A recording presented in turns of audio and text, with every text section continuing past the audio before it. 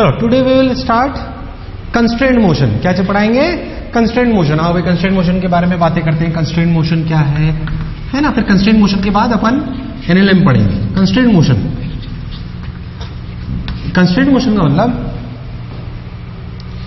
कि भाई हम कंस्ट्रेंट होते हैं कई बार। मान लो कि हमें पता है कि हमें सुबह 7 बजे उठ के आना है, तो हम कंस्ट्रेंट हैं, हमारी क्लास है सुबह 7 बजे, वी आर कंस्ट्रेंट। ऐसे सिंपल कंस्ट्रेंट मोशन में क्या है, जैसे अपन एक सिंपल सी बात समझते हैं कि मान लो ये एक ब्लॉक है, इस ब्लॉक को अपन एक रस्सी से बांध लिया है, दूसरा ब्लॉक है ना। अब सोच के देखो कि ये 1 kg है या 2 kg, जितने भी, मैं कह रहा हूं 1 kg या 2 kg, मैं बोलूं कि इसकी रफ्तार, ये रस्सी से बंधा हुआ है, इसकी रफ्तार 2 मीटर पर सेकंड है, बताओ 2 kg की रफ्तार क्या होगी?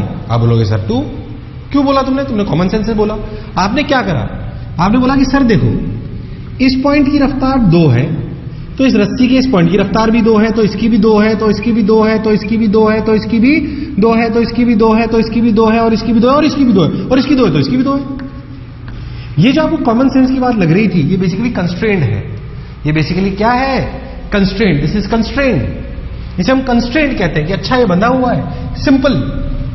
अच्छा, इससे हमें क्या फायदा हुआ? ऐसे अगर अपन स्ट्रिंग में देखें, अगर अपन स्ट्रिंग के बारे में बात करें, किसके बारे में बात करें? स्ट्रिंग के बारे में। तो स्ट्रिंग में एक बात सत्य है, क्या समझे अच्छे से? स्ट्रिंग के बारे में सत्य है कि भाई अगर स्ट्रिंग नहीं टूटनी है तो लॉजिकली सोचें कि इस स्ट्रिंग की, लॉजिकली सोचें इस स्ट्रिंग के इस पॉइंट की रफ्तार और इस पॉइंट की रफ्तार इधर की तरफ या अलोंग द स्ट्रिंग क्या सेम होनी चाहिए? किसी भी 2 पॉइंट की रफ्तार स्ट्रिंग में अलोंग द स्ट्रिंग क्या सेम होनी चाहिए? क्योंकि अगर ऐसा नहीं होगा तो स्ट्रिंग टूट जाएगी, तो स्ट्रिंग टूट जाएगी। हाँ भाई बिल्कुल सही बात है, स्ट्रिंग टूट जाएगी सर, ऐसे तो गड़बड़ हो जाएगी। हाँ, इसका मतलब हम कंस्ट्रेंट हैं कि हम स्ट्रिंग के कंस्ट्रेंट की अगर बात करें, we are talking about string constraints, we are talking about string constraints. अगर मैं आपको बताऊं तो बेसिकली हम कंस्ट्रेंट मोशन को 3 भागों में तोड़ेंगे। स्ट्रिंग के कंस्ट्रेंट के सवाल, एक पुली ब्लॉक सिस्टम के कंस्ट्रेंट के सवाल, और तीसरी तरह के हमारे सवाल आएंगे वेज कंस्ट्रेंट। कौन सा कंस्ट्रेंट? Veg constraint. खैर हम इसकी बात करते हैं। अगर हम स्ट्रिंग में बात करें तो हमने बोला कि पॉइंट ए और पॉइंट बी का velocity of point A and velocity of point B should be same along the string. कैसे? Along the string. बोलो क्लियर? ऐसा इसलिए होना जरूरी है क्योंकि अगर ऐसा नहीं होगा तो आपकी स्ट्रिंग टूट जाएगी, आपकी स्ट्रिंग टूट जाएगी। बिल्कुल सही बात सर, बिल्कुल सही बोले आप। तो फिर इसमें सवाल कैसे बनते हैं? ये तो बहुत कॉमन सेंस की सवाल थी जो हम सब लोग जानते हैं, तो हमें तो अच्छे से सवाल करने। कैसे? देखें आए, मान लीजिए कि हम एग्जांपल बात करें, हमने एक छोटा सा कॉन्सेप्ट सीखा कि भाई अलोंग द स्ट्रिंग रफ्तार सेम होनी पड़ेगी, क्योंकि अगर ऐसा नहीं होगा तो आपकी स्ट्रिंग टूट जाएगी, जो हम चाहते नहीं हैं। हम जो भी स्ट्रिंग लेते हैं उन्हें अपन अभी जो चीजें पढ़ेंगे उसमें मासलेस लेंगे, और साथ ही साथ उन्हें हम इनएक्सटेंसिबल लेंगे। क्या लेंगे? इनएक्सटेंसिबल। इनएक्सटेंसिबल का मतलब होता है कि भाई आप उन्हें स्ट्रेच कर नहीं सकते। चलो आइए, मान लीजिए मैं आपको एक सवाल बोलूं कि एक ब्लॉक है ऐसे रखा हुआ है ए, वो एक पुली से पास कर रहा है। किससे पास कर रहा है? एक पुली से। और पुली से पास करके वो एक ब्लॉक दूसरे बी से बंधा हुआ है, और ये जो बी ब्लॉक है, ये अपना बी ब्लॉक सपोज किसी सरफेस पे रखा हुआ है। क्लियर एकदम? किसी सरफेस पे रखा हुआ है। ऐसे मान लेते हैं कि एंगल 37 डिग्री है। कितना है? 37 डिग्री। चलिए भाई ठीक है, समझ आया। 53 ले लेते हैं, वैसा दिख रहा है इसलिए। चलिए 53 लेते हैं। मान लो मैं आपको बोलूं कि ए की रफ्तार 5 मीटर पर सेकंड है। कितनी है? 5 मीटर पर सेकंड। अच्छा सर 5 मीटर पर सेकंड है। फिर मैं आपसे पूछूं find out the velocity of B. Find out the velocity of B. B की रफ्तार बताओ भाई। अच्छा सर क्या करें क्या करें क्या करें? वही स्ट्रिंग वाला कंस्ट्रेंट। मैंने लॉजिकली सोचा, ये 5 मीटर पर सेकंड से आया, ये पॉइंट कितने से आया? 5, ये भी कितने से आया? 5, ये भी कितने से आया? 5, ये भी कितने से? 5, ये भी कितने से? 5, ये भी कितने से? 5, ये भी कितने से? 5। अगर आप इस बी को थोड़ा जूम करके देखो तो आपको समझ में आएगा कि जो बी ब्लॉक है इसकी ये सरफेस है, और ये जो इसका पॉइंट है ये ऐसे 5 से जा रहा है कि नहीं है? बट इसके साथ जो ये ब्लॉक का पॉइंट अटैच्ड है, सोचो ब्लॉक किधर जा रहा है? असली में ब्लॉक हवा में जाएगा क्या? ब्लॉक हवा में नहीं जाएगा। क्या असली रफ्तार ब्लॉक बी की, ध्यान से देखें, क्या असली रफ्तार ब्लॉक बी की क्या इधर की तरफ रहेगी? मान लो वी, मान लो कितनी? वी। जाहिर सी बात है हवा में तो नहीं जा रहा, वो तो ऐसे ही जा रहा है बी से। सोच के देखो तो बी की रफ्तार क्या असलियत में इधर होगी? हाँ भाई बिल्कुल होगी। तो हमने बोला ये 5 और ये हो गया वी। ये कितना हो गया? वी। तो ये 5 मीटर पर सेकंड और ये भी। अच्छा अब क्या करें? सोचो ध्यान से। क्या ये पॉइंट बी से जा रहा है पर ये पॉइंट इससे अटैच्ड है, ये पॉइंट इससे अटैच्ड है? सोचो तो क्या वी का एक कंपोनेंट इधर होना चाहिए? वी का v 5 का कंपोनेंट v है, v का 5 है। सोच के देखो, इसका मतलब जो पॉइंट इसकी रफ्तार है उसी पॉइंट से ये भी जाना चाहिए इधर की तरफ, वरना स्ट्रिंग टूट जाएगी। ऐसा नहीं होना, इसका मतलब इस असली रफ्तार कौन है, v की 5, v, क्योंकि ये पॉइंट जो है ये b से अटैच्ड है। किससे अटैच्ड है, b से, तो v रफ्तार इधर जानी चाहिए, यानी कि v का इधर कंपोनेंट। ध्यान देखो तो ये कितना है, 37, कितना है 37, तो लिखना चाहिए v cos 37 equals to 5, v cos 37 equals to 5, यानी कि अपन लिख लिया cos 37 के लिए कितनी होती है 4/5, यानी कि v की वैल्यू है 25/4,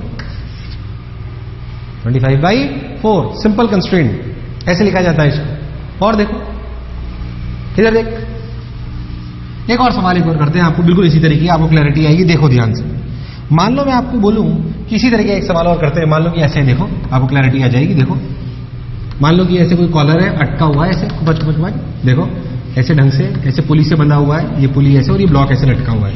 क्लियर, ये ए ब्लॉक मान लो, ये एक रॉड है जिसमें एक स्ट्रिंग फंसी हुई है। ठीक है, मान लेते हैं कि ए की रफ्तार 2 मीटर पर सेकंड है। कितनी है, 2 मीटर पर सेकंड। अगर अपन बहुत ध्यान से देखें तो अपन इसे 53 डिग्री लेते हैं। कितना लेते हैं, 53 डिग्री, ये 37 लेते हैं। चलो 37। आप इस सवाल को ट्राई करो, मैं हाथ बता रहा हूं, अपनी स्क्रीन को पॉज कर लो 1 मिनट के लिए। कितने मिनट के लिए, 1 मिनट के लिए पॉज करो, ट्राई कर लो इसको, फिर सॉल्यूशन देखना जो मैं बता रहा हूं। अब देखो सॉल्यूशन, ए 2 मीटर पर सेकंड, सोचो इसकी रफ्तार कितनी होगी। मान लो इसकी रफ्तार v, क्या असलियत में इसकी रफ्तार इधर होगी। हमेशा असली रफ्तार ढूंढे। कौन सी रफ्तार ढूंढे, असली रफ्तार ढूंढे। असली रफ्तार आपने लिख ली v इधर, अच्छा भाई v असली रफ्तार इधर है, ये तो अपनी पुली है जो फिक्स्ड है, ऐसे कंस्ट्रेंट है। ध्यान देखो ये 2 2 2 2, तो असली रफ्तार v है कि 2 है, v। क्या v का एक कंपोनेंट 2 इधर होना चाहिए, अगर नहीं होगा तो स्ट्रिंग टूट जाएगी। यानी कि क्या लिखा गया, v cos 37 equals to 2 meter पर सेकेंड, यानी कि v इंटू 4/5, यानी कि v की वैल्यू है 10/4।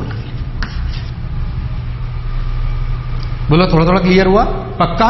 एक और सवाल देता हूं, बिल्कुल अच्छा ढंग से करेंगे सब लोग मिलके। आओ, मान लो मैं आपको बोलूं कि भाई ऐसा सवाल, बिल्कुल ऐसे पुली ले लिया अपन ने, ऐसे पुली लटकी हुई है, जैसे देखो ऐसे ऐसे देखो। मान लो मैं आपको बोलूं कि ये एंगल 37 डिग्री है और ये एंगल 53 डिग्री है। मैं आपको बोलूं ये ब्लॉक ए है, ये 5 मीटर पर सेकंड से चल रहा है।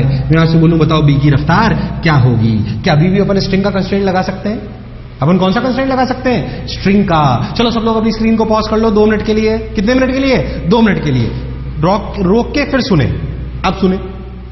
देखो ये 5, ये कितना 5, ये 5 का मतलब क्या, इस 5 का इधर कंपोनेंट कितना, इधर देखो देखो देखो, इस 5 का, ये जो 5 ऐसे, ध्यान से देखो, ये 5 ऐसे, इस 5 का इधर कंपोनेंट, ये 37, ये 37, इस 5 का इधर कंपोनेंट आएगा 4। मतलब कि स्ट्रिंग का ये पॉइंट 4 से खींच रहा है। कितने से खींच रहा है, कितने खींच रहा है, 4 से। 4 4 4 4 4 4, क्या ये पॉइंट भी 4 से जा रहा है। ये रफ्तार v मान लो। क्या v cos 53 इज 4, अगर कंस्ट्रेंट मेंटेन करना है तो क्या लिखेंगे, v cos 53 is 4, v cos 53 is 4, तो v के लिए जो भी आई टू 3/5 इक्वल्स टू 4, तो v की वैल्यू आई 4 5 20/3 मीटर पर सेकेंड। ये जो 3-4 इलस्ट्रेशन मैंने आपको लिए, ये चारों इलस्ट्रेशन थे स्ट्रिंग कंस्ट्रेंट पे। किस पे थे, स्ट्रिंग कंस्ट्रेंट पे। ऐसे कई वैरायटी के सवाल आपको और शीट और अपने मटेरियल में मिलेंगे, तो आप उस पर ध्यान दें। बाकी अपन आगे बढ़ते हैं। नेक्स्ट अगर अपन बात करें तो अपन सिंपल बात करें, पुली ब्लॉक सिस्टम। कौन सा सिस्टम, पुली ब्लॉक सिस्टम। चलो भाई, सिंपल पुली ब्लॉक सिस्टम, जिसे हम एटवुड मशीन भी कहते हैं। क्या कहते हैं, एटवुड मशीन। बहुत बढ़िया। चलो भाई, सिंपल पुली ब्लॉक कंस्ट्रेंट।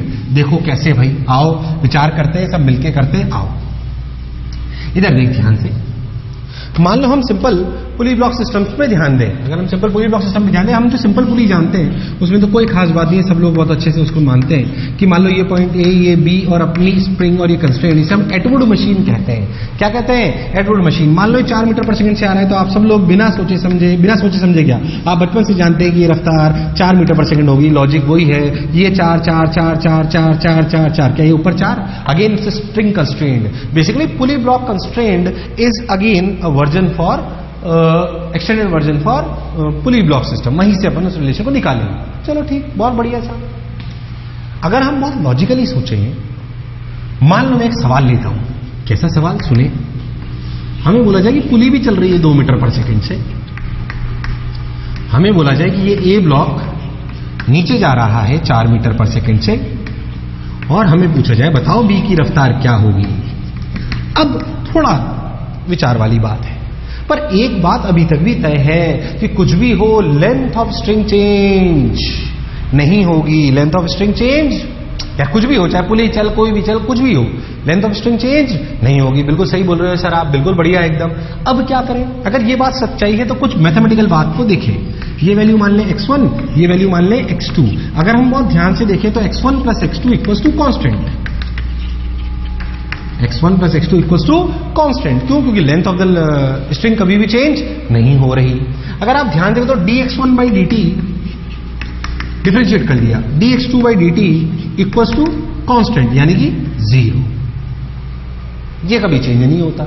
अगर आप बहुत ध्यान से देखो तो dx1 is the velocity of a with respect to pulley. dx1 by dt is the velocity of a with respect to pulley. Rate of change of x1। ये x1 कहां से दूरी है a की? a से। अच्छा ठीक भाई, बहुत बढ़िया, बहुत सुंदर, मजा आया। और देख ध्यान से, अब मान लो कि मैं आपसे बोलूं अच्छा ये बात हो गई भाई, तो VAP dx1 बाई dt, ठीक। dx2 क्या चीज है? dx2 क्या चीज है? Velocity of b with respect to p। हाँ सर बिल्कुल सही बात है, चमका एकदम, बहुत बढ़िया। यानी कि क्या लिखे? Velocity of b with respect to pulley equals to 0। यानी कि velocity of a minus velocity of pulley equals times velocity of minus times velocity of b minus velocity of pulley. बोलो सही है क्या एकदम? हाँ, यानी कि क्या लिखा गया? Velocity of a plus velocity of b by 2 equals to velocity of pulley. ये रिलेशन थोड़ा सा याद रह जाए तो कोई बुराई। ये तब लगाते हैं जब पुली मूव करती है, जब पुली मूव करती है। अब इसको याद रख लो, और ये सवाल को करने में तो कोई खास बात ही नहीं है। नीचे 4 से जा रहे हैं, यानी कि a की वेलोसिटी होगी 4, नीचे को नेगेटिव मान लेते हैं, -4 plus velocity of b by 2, velocity of pulley 2, velocity of b कितनी आई? देखो ध्यान से, 2 2 जा 4, वेलोसिटी ऑफ b आई -8। कितना? सही लिख रहे हैं क्या? सही लिख रहे हैं क्या? चलो भाई ध्यान से देख लो एक बार, कोई गड़बड़ तो नहीं कर रहे अपन? हाँ भाई ठीक है। अपन ने ऊपर पुली को ले जा रहे थे 2 मीटर पर सेकंड से, इसको कितने से ले जा रहे हैं? 4 से। तो अपना आंसर आ गया, जो भी अपने को लिखना था वो अपन लिख लिया। वेलोसिटी ऑफ a को अपन ने -4 माना, इसको अपन ने वेलोसिटी ऑफ b, और इसको अपन ने 2, और इसको अपन ने 2, और ऐसे बेसिकली फॉर्मूला आया velocity of a plus velocity of b by 2 equals to velocity of pulley. Basically आप बहुत ध्यान से सोचो तो आपने करा क्या? आप अगर चीटा बन के स्ट्रिंग पे बैठ जाओ, अगर आप चीटा बन के पुली पे बैठ जाओ, देखना गड़बड़ नहीं करूंगा। मान लो आप चीटा बन के कहां बैठ जाओ? पुली पे। कहां बैठ जाओ? पुली पे। अच्छा, आप पुली पे बैठ जाओ तो सोचो a की रफ्तार और b की रफ्तार, स्पीड अपोजिट है। मतलब a की रफ्तार और b की रफ्तार फॉर चीटा क्या अपोजिट होनी चाहिए? मतलब velocity of a with respect to pulley equals to minus times velocity of b with respect to pulley. यही तो लिखा हमने, इसलिए लिखा velocity of a minus velocity of pulley equals to minus times velocity of b, यानी कि velocity of b minus velocity of pulley. तो velocity of a plus velocity of b by 2 equals to velocity of pulley. अब हमारे पास कई सवाल आ सकते हैं ऐसे, कई तरीके के। देखो गड़बड़ तो नहीं कर रहे अपन? हाँ भाई सब सही चल रहा है। देखो मान लो कि आपकी पुली जो है ऐसे जा रही हूं 4 मीटर पर सेकेंड से, आपका जो ये वाला सेगमेंट है ये a और ये b, मान लो ये रफ्तार है 2 मीटर पर सेकेंड, तो बताओ b की रफ्तार कितनी होगी? 2 नहीं 6 मीटर पर सेकेंड। तो बताओ b की रफ्तार कितनी होगी? देखो सिंपल कैसे करें? Velocity of a 6 plus velocity of b by 2 equals to 4, तो 2 4 जा 8, तो वेलोसिटी ऑफ b कितनी आई? 8 माइनस 6 2, यानी कि ये 2 से ऊपर जा रही होगी। कितने से जा रही होगी? 2 से। बस खत्म। ऐसे करना होता है आपको हमेशा, है ना? इतना से। मान लो मैं आपको और सवाल दूं कि भाई आप ऐसा वाला करो, देखो इसमें क्या है, एक एन फिक्स कर दो, इसको ए को इसको ले जाओ 4 मीटर पर सेकंड से, ठीक है? तो बताओ ए की रफ्तार। अब सोचिए अर्थ से कनेक्टेड है तो अर्थ बी पार्टिकल बन गई, बी की रफ्तार कितनी हुई? 0। तो ए की रफ्तार कितनी होगी? देखो velocity of A plus 0 by 2 equals to 4, यानी कि वेलोसिटी ऑफ ए कितनी हुई? 8। लॉजिकली भी समझो, सोचो ये चलेगा x, ये चलेगा x, तो पुली इधर से भी x लाएगी और इधर से भी, तो यहां से कितनी उठनी पड़ेगी? 2x। 8 आ गई। ऐसे कई प्रकार के सवाल अपन इस फॉर्मूले से ही कर सकते हैं डायरेक्ट, बिना किसी दिक्कत के, है ना। जैसे और देख एक सवाल,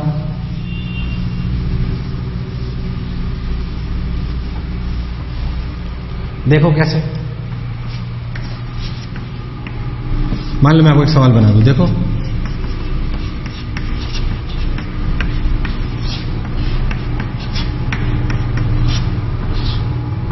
मान लो ऐसा कोई सिस्टम है, ठीक, बोला गया ए बी और सी। मान लो आपको बोला जाए कि ए की रफ्तार, किसकी रफ्तार, ए की रफ्तार मान लो 4 मीटर पर सेकंड है, कितनी है 4 मीटर पर सेकंड, और बी की रफ्तार ऊपर है 3 मीटर पर सेकंड, तो बताओ सी की रफ्तार।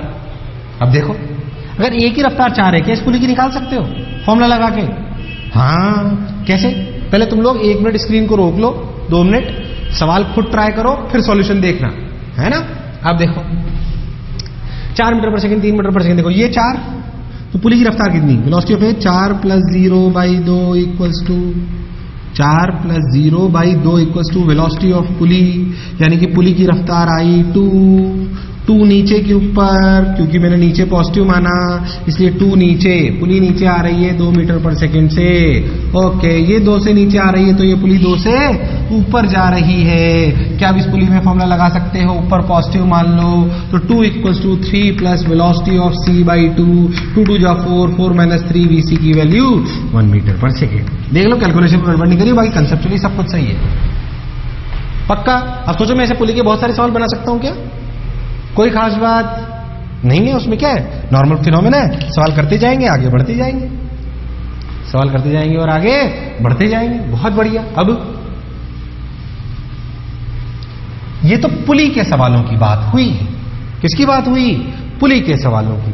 बट पुली को सीखते, अब आप एक बात समझ लो अच्छे से, मैं ऐसे बहुत सारे इलस्ट्रेशन ले सकता हूं आपको, शीट वगैरह सब जगह बहुत सारे ऐसे इलस्ट्रेशन मिलेंगे, so don't worry about it, आपको मिलते जाएंगे, है ना। अच्छा, और क्या करें भाई, देखो भाई इस पुली पे थोड़ा सा और ध्यान दें, हमने जो फॉर्मूला लिखा उस पर थोड़ा और कंसंट्रेट करें और हम नए कॉन्सेप्ट को सीखें।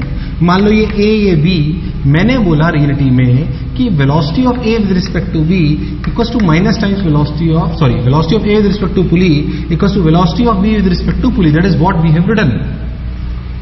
हमने करा क्या, ये x1 और ये x2, ये x1 और ये x2, यही करा हमने। अब इसका x1 लिखा, इसका x2 लिखा।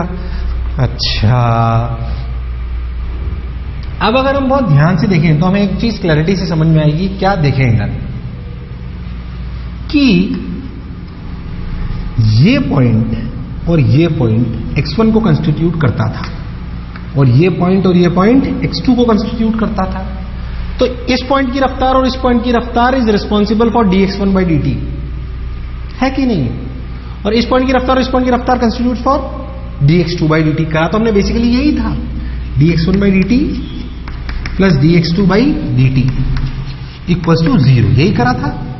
ये रफ्तार है लेंथ्स की जो इन दोनों पॉइंट्स के बीच में चेंज करती है। अगर आप बहुत अच्छे समझो तो आपको कुछ बात समझ में आएगी। देखो ये वेलोसिटी ऑफ पुली ए, मान लेते हैं वेलोसिटी ऑफ बी, और ये मान लेते हैं वेलोसिटी ऑफ पुली। अब समझे जो मैं आपको कह रहा हूं, हमेशा लेंथ को देखो कि लेंथ का कुल मिला के नेट समेशन रफ्तार का 0 होना चाहिए। क्यों? क्योंकि उसकी लेंथ चेंज, हर पॉइंट को देखो जो टच हो रहा है, चाहे वो पुली पे टच हो रहा हो, चाहे वो ब्लॉक पे टच हो रहा हो, इसे बोलता हूं मैं पॉइंट मेथड। कौन सा मेथड? आपको कई बार टेंशन वगैरह के बर्डन के भी दिखेंगे, वो लगभग सेम होते हैं, ये छोटा रहता है इसलिए इसे आप लोग सीखें। इसे मैं कहता हूं पॉइंट मेथड। क्या कहते हैं? Point method. इसे समझें कि स्ट्रिंग के हर उस पॉइंट पे ध्यान दें जो टच हो रहा है, यहां सब जगह ध्यान दें। अच्छा, सोचो ये पॉइंट इस x1 को बढ़ा रहा है कि घटा रहा है? सोचो, घटा रहा है, ऐसे जा रहे हैं ना VA से। अगर घटाए तो लिखो -VA, अगर घटाए तो लिखो -VA। सोचो ये पॉइंट क्या पुली से अटैच्ड है? क्या ये पॉइंट VP से ऊपर जा रहा है? इस लेंथ को बढ़ा रहा है कि घटा रहा है? बढ़ा रहा है, तो लिखो +VP। फिर इस पॉइंट पे आ जाओ, ये पॉइंट x2 को ऊपर ले जा रहा है तो x2 को बढ़ा रहा है कि घटा रहा है? बढ़ा रहा है। इसका मतलब प्लस VB। ये पॉइंट ऊपर जा रहा है VB से। कितने से? VB से। क्या इस लेंथ को घटा रहा है कि बढ़ा रहा है? घटा रहा है, यानी कि माइनस VB। कुल मिला के सारे पॉइंट कवर होगा? Yes, equal to 0। क्या आया भाई? VA plus VB by 2 equal to VP। ये फॉर्मूला तो सर हमने पहले भी निकाल लिया था, बिल्कुल निकाल लिया था, पर हमने एक नया मेथड इजाद करा। इसे हम कहते हैं पॉइंट मेथड। क्या कहते हैं? Point method. इस पॉइंट मेथड पे आपको ध्यान देना है कि आप हमेशा सारे पॉइंट्स मार्क करें, चाहे वो पुली पे हो चाहे वो ब्लॉक पे हो, और ध्यान दें कि वो वाला पॉइंट उसकी अटैच्ड लेंथ को बढ़ा रहा है या घटा रहा है। अगर घटा रहा है तो माइनस और बढ़ा रहा है तो प्लस। क्लियर एकदम? तो आपसे सवाल हमेशा हो जाएगा बिना किसी दिक्कत के, अटकेगा ही नहीं। जैसे मैं आपको एक सवाल बताता हूं, देख। अच्छा सवाल, बढ़िया सवाल, पॉइंट मेथड से करने लायक सवाल और बढ़िया तरीका। देखो, ये एक ब्लॉक एक पुली से अटैच्ड है, यहां ऐसे जाके यहां फिर से ऐसे अटैच्ड है। ठीक, ये वाला ब्लॉक ऐसे अटैच्ड है, ये ए ब्लॉक, ये बी ब्लॉक, ये सी ब्लॉक, ये ऐसे अटैच्ड है। बोला जा रहा है कि ए जा रहा है 2 मीटर पर सेकेंड से, बोला जा रहा है बी जा रहा है नीचे 6 मीटर पर सेकेंड से। आपको बोला गया वेलोसिटी ऑफ सी बताएं। अच्छा, अब हमें बात समझ में आई कि सर ये वाली स्ट्रिंग की लेंथ कभी भी चेंज नहीं हो सकती, तो क्यों ना इसमें पॉइंट मार्क कर दें। इसमें क्या मार्क कर दें? पॉइंट 1 2 3 4 5 6 7 8। बोलो क्लियर? 8 पॉइंट दिखे? हाँ सर दिखे, बिल्कुल। मैंने क्या बोला था? जहां जहां पुली अटैच हो, जो भी हो, उसको मार्क कर लो। ठीक, अब इस पॉइंट से चालू हो और तब तक चलते रहो जब तक स्ट्रिंग खत्म ना हो, और सबका समेशन 0 कर दो। ये पॉइंट इस लाइन को घटा रहा है बढ़ा रहा है? घटा रहा है, -2। ये तो चल ही नहीं रहा, 0 0। ये पॉइंट नीचे जा रहा है 6 से, तो इस लाइन को बढ़ा रहा है घटा रहा है? बताओ। बढ़ा रहा है, +6। ये पॉइंट इस लाइन को बढ़ा रहा है घटा रहा है? देखो नीचे जा रहा है 6 से, बढ़ा रहा है 0 0। ये वाला पॉइंट कुछ भी मान लो जो आपकी इच्छा हो, अपन ऐसे नीचे मान लेते हैं VC। अगर हमने गलत माना होगा तो क्या वो अपने आप माइनस आ जाएगा? दिक्कत की कोई दिक्कत नहीं है। तो प्लस VC इक्वल्स टू 0। तो VC की वैल्यू कितनी आई भाई?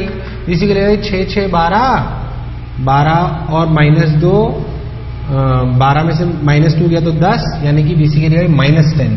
Minus signifies what? कि ये C वाला ब्लॉक 10 से ऊपर जा रहा है। 10 से कहां जा रहा है? ऊपर।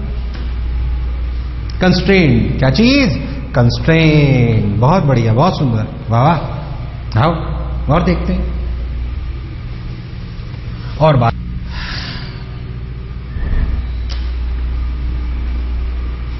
एक और सवाल कराऊंगा सर। देखो और देखो, अब आप लोगों को प्रैक्टिस करनी। देखो आओ मिलके करते हैं। देखो ऐसे सवाल बहुत सारे बनाए जा सकते हैं, बहुत टाइम खराब करने की जरूरत नहीं, बहुत सारे हम भी करा सकते हैं। बहुत ज्यादा नहीं आएगा, बेसिक आपको ढंग से आना चाहिए। देखो जैसे मान लो मैं आपको बोलूं कि ऐसे ऐसे ऐसे, ठीक, ये 2 ब्लॉक अटैच्ड हैं। मान लो कि ये चल रहा है 10 मीटर पर सेकेंड से। आपसे बोला जाए कि बी की रफ्तार बताओ। आप अपनी अपनी स्क्रीन को 2 मिनट के लिए पॉज कर दें और फिर सॉल्यूशन देखिए, है ना? देखिए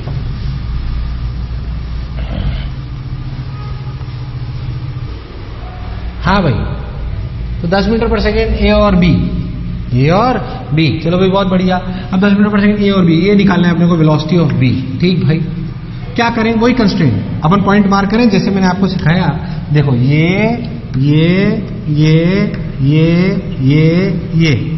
क्लियर, एकदम पक्का। चलो भाई अच्छा, कैसे करें? ये पॉइंट कितने से चल रहा है? 10 से। इस लाइन को बढ़ा रहा है घटा रहा है? बढ़ा रहा है, प्लस। ये पॉइंट इस लाइन को घटा रहा है, -VB। ये पॉइंट इस लाइन को घटा रहा है, -VB। ये पॉइंट इस लाइन को बढ़ा रहा है, +10। ये पॉइंट इस लेंथ को बढ़ा रहा है +10, ये पॉइंट रेस्ट पे +0 बराबर, यानी कि कितना आया 30 = 2VB, यानी कि VB की वैल्यू आई 15। कितनी आई 15। कितनी आई 15। बहुत बढ़िया। चल और सवाल करते हैं, और भी ऐसे बनाए जा सकते हैं, मैं आपको और अच्छा बनाता हूं। देखो ध्यान से, मैं आपको 3-4 मिनट दूंगा इस सवाल के लिए, ढंग से करना आप लोग। देखो मान लो मैं आपको बोलूं कि ऐसा सवाल है, देखिए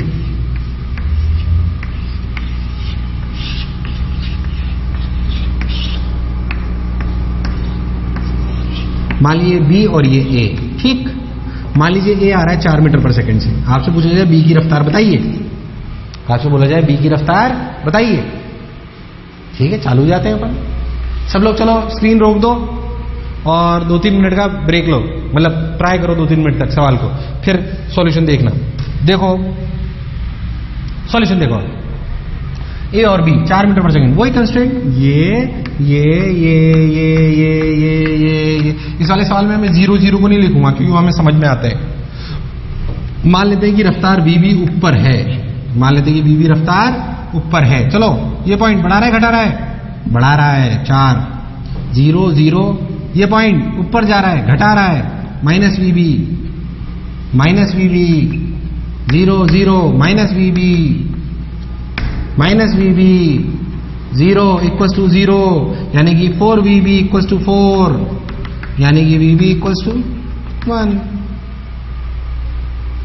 VB = 1। लो देखो पॉइंट में कितने ले लिए मैंने 4, कितने ले लिए 4। अब बहुत सारे बना सकते हैं, मतलब कोई खास बात नहीं है, टाइम पास करना हो तो बहुत सारा कर सकते हो, मतलब आप चाहो तो 10-20-50 करते रहो, 1-2 लेक्चर। वो आप प्रैक्टिस करें शीट से तो आपको समझ में जाएगा, अच्छा पॉइंट मेथड ऐसे कराया जाता है। तो ये पॉइंट मेथड के मैंने पुली से चलाए, फिर पुली से आपको कुछ ऐसे सवाल कराए। थोड़ा सा इसमें इंक्लाइन प्लेन वाला बता देता हूं। कौन सा? इंक्लाइन प्लेन वाला। देखो आप ध्यान से, मान लो मैं आपको एक सवाल दूं इस प्रकार का, देखिए ये ऐसे पुली, ऐसे ब्लॉक, क्लियर। देखो ध्यान समझे इसे, देखो मान लो कि बोला जाए ये ए और ये बी, मैं बोलूं ए की रफ्तार इधर है 10 मीटर पर सेकेंड और मैं आपसे बोलूं कि भाई ये 37 डिग्री है, बी की रफ्तार बताओ, ठीक। अब बी की रफ्तार बताओ, रियलिटी में इस प्रश्न में दो बातें हैं कि बी की रफ्तार किसके रेस्पेक्ट में, ग्राउंड के रेस्पेक्ट में या वेज के रेस्पेक्ट में, ग्राउंड के रेस्पेक्ट में या वेज के रेस्पेक्ट में। अच्छा भाई बहुत बढ़िया, वेज के रेस्पेक्ट में कि ग्राउंड के रेस्पेक्ट में, ठीक है ठीक है ठीक है। क्योंकि ध्यान से देखो तो अगर मैं चीटा बन के ए पर बैठ जाऊं, चीटा बनकर ए पर बैठ जाऊं तो बी ऐसे आ रहा है, पर अगर मैं ग्राउंड से देखूं तो बी ऐसे भी आ रहा है और ए के साथ ऐसे भी आ रहा है, मतलब वो रियलिटी में ऐसे जा रहा है, जिसके बारे में मुझे ज्ञान नहीं है। तो अब ऐसा मान लेते हैं कि VB is the velocity with respect to wedge, V मान लेते हैं अपन, ठीक। V with respect to wedge, यानी कि velocity of V with respect to A equals to V and that is equals to velocity of V minus velocity of A। यानी कि ध्यान से देखो तो V vector plus velocity of A vector equals to VB vector, यानी कि V vector अगर ऐसे है और 10 मीटर पर सेकंड इधर है तो इन दोनों का रिजल्टेंट असली वेलोसिटी VB की है। क्लियर है एकदम। अब चलो मैं आपको दो तरीके से इस सवाल को बताता हूं और आप दोनों उसको समझने की कोशिश करें। देखो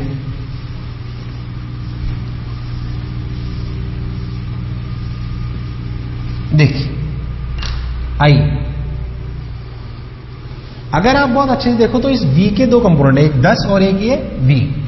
अब लॉजिक इस बात का है कि भाई हमें कंस्ट्रेंट लगानी है स्ट्रिंग पर। वो जो पॉइंट मेथड अपन ने सीखा था तो स्ट्रिंग पे था, अब क्या करूं देखते, बेसिक से चलते हैं। क्या सिखाया मैंने कि भाई पॉइंट कंस्ट्रेंट पे जाओ, ये चलो ये पॉइंट 0, यस। ये पॉइंट क्या 10 से इधर आ रहा है, क्या इसको घटा रहा है, -10, बिल्कुल सही। ये पॉइंट ध्यान से देखो तो 10 से ऐसे जा रहा है, तो इस लेंथ को 10 से डायरेक्ट घटा रहा है, बढ़ा रहा है, या कुछ कंपोनेंट लेना पड़ेगा। ध्यान से देखो ये 37, थीटा ले लेता हूं अभी समझने के लिए। तो 10 cos थीटा, 10 cos 37 इस लेंथ को बढ़ा रहा है घटा रहा है? सोचो, बढ़ा रहा है घटा रहा है? बढ़ा रहा है, तो प्लस 10 cos 37। अच्छा, वापस यहां आ जाओ। इस पॉइंट पे अगर तुम ध्यान दो तो इसकी दो रफ्तार है, 10 इधर और v ऐसे। इन दोनों का रिजल्टेंट ही तो नेट तो ये हुई ना, इन दोनों का रिजल्टेंट। सोच, ये 10 cos थीटा इस लेंथ को घटा रहा है तो माइनस 10 cos थीटा, और ये v इसको बढ़ा रहा है तो प्लस v इक्वल टू 0। v की वैल्यू 10। ये v किसके रेस्पेक्ट में है? a के रेस्पेक्ट में। किसके रेस्पेक्ट में? a के रेस्पेक्ट में। यानी कि ये 10, रियल रफ्तार क्या है? ये 10, ये 10 और ये एंगल 37 था अपना, बिल्कुल सही। तो ये एंगल कितना हो गया? 53। तो 90 प्लस 53 यानी कि 143 डिग्री। वो तो क्या सॉल्व कर लेंगे, वो अलग बात। ऐसे इसी सवाल को मैं बहुत आसानी से भी कर सकता था अगर मैं दूसरा मेथड लेता। मैं क्या करूं, मैं आपको बोलूं कि आप है ना ऐसा करो, देखो ये बात तो समझनी पड़ेगी अपने को कि स्ट्रिंग की लेंथ कांस्टेंट है, चाहे ग्राउंड फ्रेम में लो चाहे चीटे के फ्रेम लो। चीटा मतलब किसी भी फ्रेम में, लेंथ तो कभी भी चेंज होने वाली नहीं है। तो क्यों ना आप वेज पे बन जाओ, चीटा बन के बैठ जाओ। अब चीटे के लिए सोचो, ये रफ्तार अगर 10 थी तो चीटे के लिए सोचे हम, चीटे के लिए फॉर चीटा। कहां बैठा है चीटा? वेज पे। कौन चल रहा है? वेज की दीवार। कौन चल रहा है? वेज की दीवार। दीवार कितने से? 10 मीटर पर सेकेंड से। और चीटे के लिए रफ्तार मान लो v। अरे v with respect to wedge ही तो मानी थी, तो चीटे को तो v दिखाई देगी पक्का। आप सोच, चीटे के लिए कंस्ट्रेंट लगा, ये पॉइंट, ये पॉइंट, ये पॉइंट और ये पॉइंट। ये पॉइंट 10 से घटा रहा है माइनस 10। चीटे के लिए 0, ये भी 0 और ये v से बढ़ा रहा है plus v equal to 0, v equal to 10। Answer अभी भी वही आया, पर क्या ये आसान था? पर ये आसान था। बोलो क्लियर है क्या? कुछ थोड़ी बात समझ आई क्या? देखो और देखो,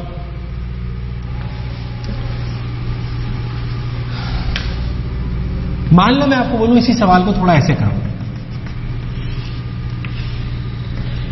लो,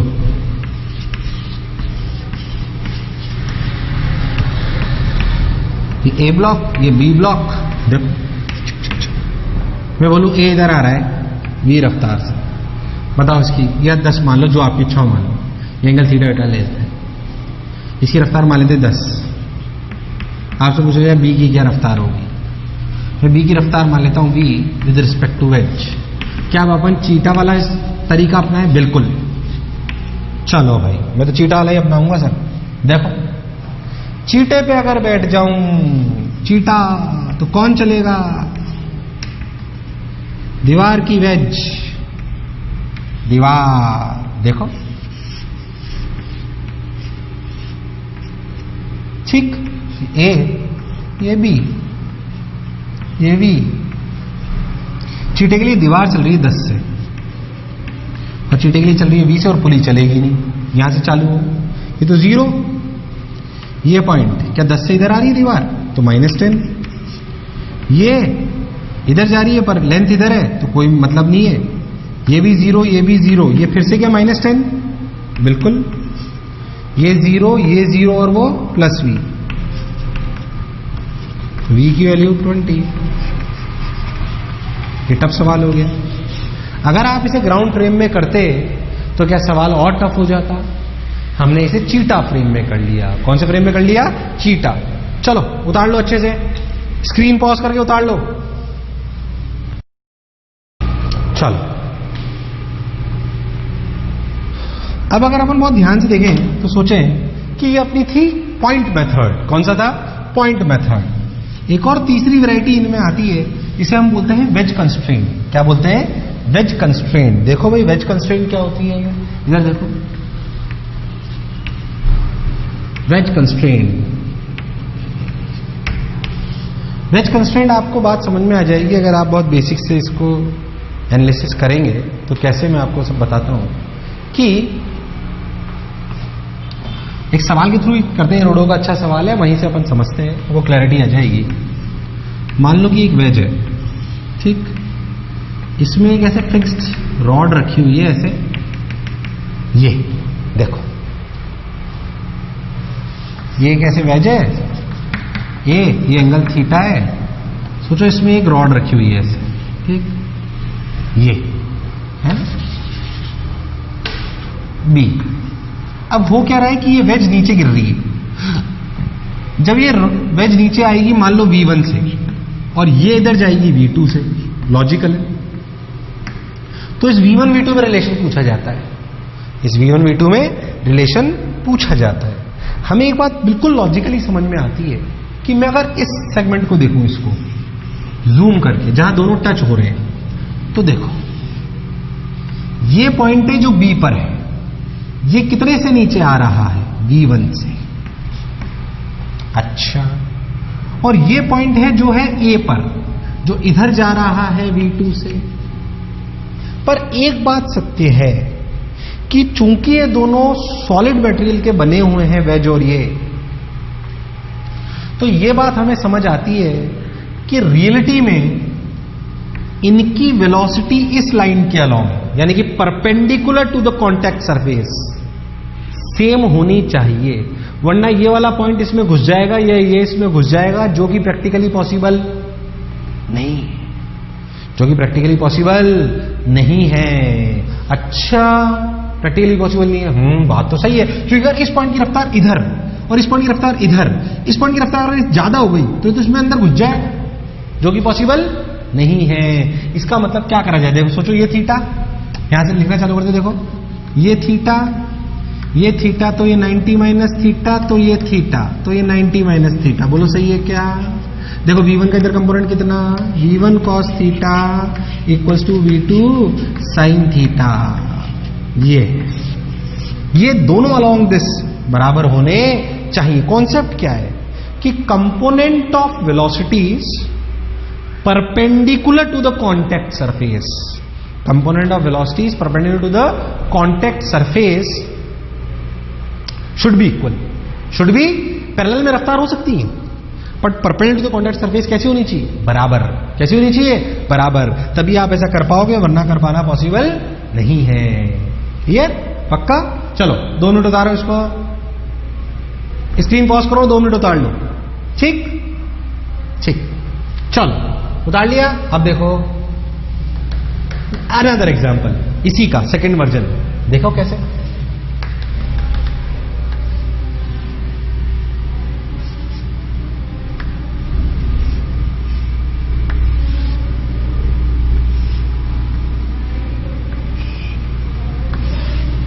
देखो एक वेज ऐसे, समझ में आया कैसे? एक ए ऐसे, एक बी ऐसे, ठीक। ये नीचे आएगा, ये कहां आएगा, ऐसे समझ लो, ऐसे, ये ऐसे आ रहा है नीचे, ठीक। ये वाली वेज नीचे आएगी तो किधर जाएगा, इधर। मान लो कि इसकी नीचे आने की रफ्तार है 10 मीटर पर सेकेंड, ठीक है, और इसकी रफ्तार है, निकालनी है v। ये एंगल आपको दिया हुआ है 37 डिग्री। चलो बताओ v कितना है। स्क्रीन पॉज कर लो 2-3 मिनट के लिए और ट्राई करो, कॉन्सेप्ट वही लगाना है। पॉज कर लो, चलो सॉल्यूशन सुने। इस पॉइंट की रफ्तार 10 इधर और इस पॉइंट की रफ्तार v इधर, पर अलोंग दिस क्या सेम होनी चाहिए। ये 37, ये 53, ये भी 37, ये 53। 10 cos 37, 10 into 4/5 equals to v into 3/5। 5 ने 5 को मार दिया, v की वैल्यू आई 40/3। क्या वेज कंस्ट्रेंट आप लोगों को समझ आया है? पक्का? तो कंस्ट्रेंट मोशन को हमने 3 भाग में तोड़ा। कंस्ट्रेंट मोशन को हमने 3 भाग में तोड़ा। क्या तोड़ा, देखो इधर ध्यान से। कंस्ट्रेंट मोशन को हमने तोड़ा कि भाई आप जो है तो स्ट्रिंग कंस्ट्रेंट जो मैंने बिल्कुल बेसिक सिखा है कि along the string velocity same होनी चाहिए। फिर मैंने आपको पुली के बारे में बताया, velocity of A plus velocity of B by 2। फिर उसी से मैंने आपको पॉइंट मेथड समझा बताया कि सारे पॉइंट मार्क कर लो, घटे तो माइनस, बढ़े तो प्लस। फिर लास्ट में मैंने आपको बताया वेज कंस्ट्रेंट। क्या बताया, वेज कंस्ट्रेंट। बहुत सारे सवाल बनाए जा सकते हैं, कंसेप्ट मैंने आपको बता दिया है। अब आपको अच्छे से अपनी शीट की प्रैक्टिस करनी है। क्लियर एकदम, चलो।